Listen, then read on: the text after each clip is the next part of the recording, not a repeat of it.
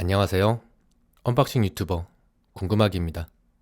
오늘은 스마트폰에 벗겨진 코팅을 복원해준다는 올레포빅 코팅액에 대해서 한번 알아보려고 하는데요. 올레포빅이라는 건 기름과 혐오한다는 뜻이 합쳐져 만들어진 합성어로 지문방지 코팅이라는 개념으로 이해하면 좋을 것 같은데 국내에선 따로 판매하고 있지 않길래 아마존에서 대표로 판매하고 있는 두 제품을 구매해봤어요. 후소 코팅액은 일본산 약 18.7달러로 우리 돈 약 25,000원이고 여러 번 사용할 수 있게 병에 들어있는 형태, 프루프테크 제품은 중국산 약 10달러, 우리 돈 약 13,000원이고 일회용으로 사용할 수 있도록 만들어져 있는데요. 제품마다 배송비가 추가로 발생하기 때문에 한번 구매할 때 여러 개 구매해두는 편이 좋을 것 같은데 실제로 이 코팅액을 사용했을 때 어느 정도 효과가 있을지 자세히 알아볼 수 있을 것 같아 기대가 되더라고요. 코팅의 효과를 알아보기 위해선 코팅이 벗겨진 디스플레이가 필요한데요. 디스플레이를 교체하고 난 뒤 많이 사용하지 않아서인지 생각보다 코팅이 많이 벗겨지지 않았기 때문에 자세히 확인하지 못할 수도 있을 것 같아 다른 대안을 준비했습니다. 다이소 강화유리는 가장 만만한 강화유리인데요. 모든 스마트폰 강화유리는 기본적으로 지문방지 코팅 처리가 되어 있지만 부착되는 부분의 비산방지 필름을 벗겨내면 뒷면은 코팅 처리가 되어 있지 않기 때문에 어떤 형태로 코팅이 만들어지는지 자세히 알아볼 수 있을 것 같더라고요. 코팅 처리가 되어 있는지 알아보는 방법은 여러 가지가 있겠지만 가장 간단한 방법은 물을 뿌려봤을 때 물방울이 맺히는 모습으로 확인이 가능합니다.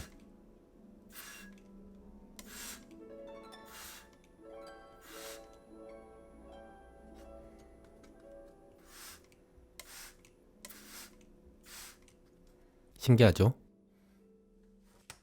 정확한 비교를 위해 코팅할 부분을 절반으로 나누고 두 제품의 차이점을 확인하기 위해 어떤 코팅액을 사용했는지 표시해둔 뒤 발라줬는데요. 한번 시작하고 나면 휴대폰을 사용할 수 없기 때문에 설명서는 미리 읽어두시는 것을 추천드립니다. 꼼꼼하게 발라주기 위해서 표면을 깨끗하게 닦아준 뒤 마른 천으로 닦아주었고 코팅액은 각각 3번씩 덧칠해주었습니다. 이건 이전에 구입했던 모고폰인데요. 테스트하는 김에 같이 확인해보면 재밌을 것 같더라고요. 모두 발라주고 난 뒤 코팅이 완전히 자리 잡을 때까지 기다려줘야 하는데 신기하다고 느꼈던 부분은 후소 제품은 바르고 난 뒤 8시간에서 12시간 정도 기다려야 하는데 비해 프루프테크 제품은 30분이면 완료된다고 되어 있더라고요. 같은 코팅액인데도 이렇게 차이가 생기는 이유는 어쩌면 바쁜 현대사회에 맞게 개발된 신기술일지도 모르겠다는 느낌이었기에 오래 기다릴수록 당연히 코팅 효과는 좋아지겠지만 궁금증을 참지 못하고 30분이 지난 뒤 스마트폰에 발라두었던 코팅 상태의 변화를 확인해봤는데요. 두 제품 모두 아무런 차이를 발견하지 못했습니다. 이런 스마트폰 코팅 상태가 너무 좋아 확인되지 않는 것일지도 모르겠다는 생각에 코팅이 되어 있지 않은 상태에서도 동일하게 확인해봤지만 역시 아무런 차이를 발견하지 못했습니다.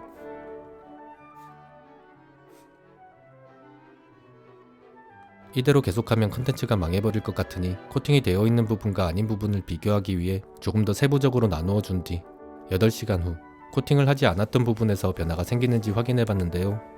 후소 코팅액에서는 30분이 지났을 때 확인되지 않던 차이가 8시간이 지나니 코팅이 생기기 시작했다는 것을 확인할 수 있었고 자랑스러운 중국의 신기술에서는 아무런 차이를 발견하지 못했습니다. 어쩌면 30분이라는 건 시간이 아니라 30번을 이야기하고 싶었던 것이 아니었을까요? 이것만으로 제품을 판단하기엔 조금 무리가 있을 것 같다는 생각에 모두 닦아준 뒤 다시 한번 덧칠해주고 스마트폰에도 각각 두 제품을 발라준 뒤 이번에는 12시간을 기다린 후에 다시 확인해보았는데요. 먼저 코팅이 되어 있지 않던 유리에서의 변화를 보면 후소 코팅액은 덧칠할수록 코팅이 점점 진해지고 있다는 것이 확인되더라고요. 프루프테크는 역시 별 차이를 확인할 수 없었지만 터치감은 미묘하게 좋아졌다고 느꼈기 때문에 조금 더 자세하게 확인해봤는데 정말 미묘하게 좋아졌다는 것을 알 수 있었습니다. 개인적으로 후소 코팅액은 우리가 알고 있는 일반적인 코팅액이라는 느낌, 프루프테크는 바쁜 현대사회에서 효과보다는 속도에 더 집중해서 만들어진 제품이라는 느낌이었는데요. 효과도 없는데 빠른 게 무슨 의미가 있겠냐는 생각이 잠깐 들었지만 스마트폰에 손을 떼지 않는 요즘 같은 시대에 30분이라는 시간은 굉장한 장점이기 때문에 코팅을 했다는 기분을 내기에는 나쁘지 않을 것 같다는 생각이 들었습니다. 스마트폰은 딱히 경계선이 생기거나 코팅 상태가 더 좋아졌다라는 느낌이 들지 않는 걸 보니 이미 코팅이 잘 되어 있는 상태에서는 큰 효과가 없는 것 같더라고요. 모고폰에서는 2번이나 발라줬음에도 두 코팅액 모두 아무런 효과가 없었는데 이건 코팅액이 유리와 같은 소재에서만 반응한다는 것을 알 수 있는 부분이었습니다. 이미 코팅이 되어 있는 부분에서는 어떤 모습을 보이는지 확인해봤는데요. 지문이 묻어나오는 정도에서는 큰 차이가 확인되지 않았지만 물방울이 맺히는 상태에서 큰 차이를 보이더라고요.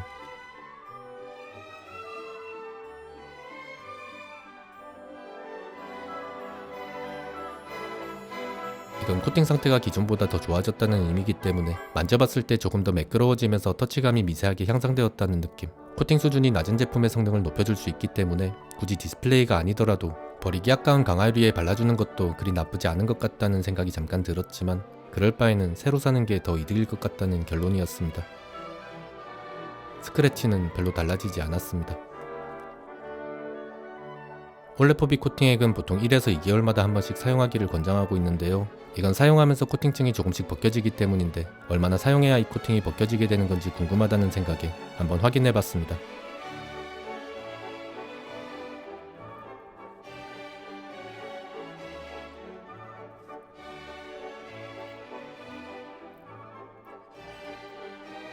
물티슈로 400번, 손가락으로 300번 정도 문지르고 나니 문질렀던 부분에서의 경계선이 많이 사라진 모습을 보였는데요. 약하게 터치하는 정도라면 이것보다 오랜 시간 코팅 유지가 가능하겠지만 디스플레이보다는 빠르게 벗겨진다는 느낌이었는데 문득 강화유리 코팅은 얼마나 문질러야 벗겨지게 되는 건지 궁금해지더라고요. 제품에 대해 궁금해지고 그것을 알아가는 것, 그것이 바로 성장의 원동력이 아닐까요? 이렇게 해서 벗겨지는 게 확인되면 나중에 스마트폰 코팅도 한번 벗겨봐도 괜찮을 것 같기.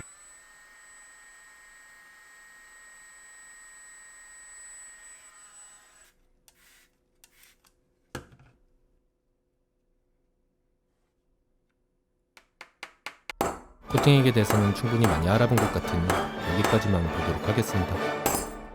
오늘의 결론. 스마트폰 코팅액은 이미 코팅이 잘 되어 있는 상태에서는 효과를 기대하기 어렵기 때문에 특정 부분의 코팅이 심하게 벗겨졌다고 느껴졌을 때 사용하면 좋을 것 같다는 느낌.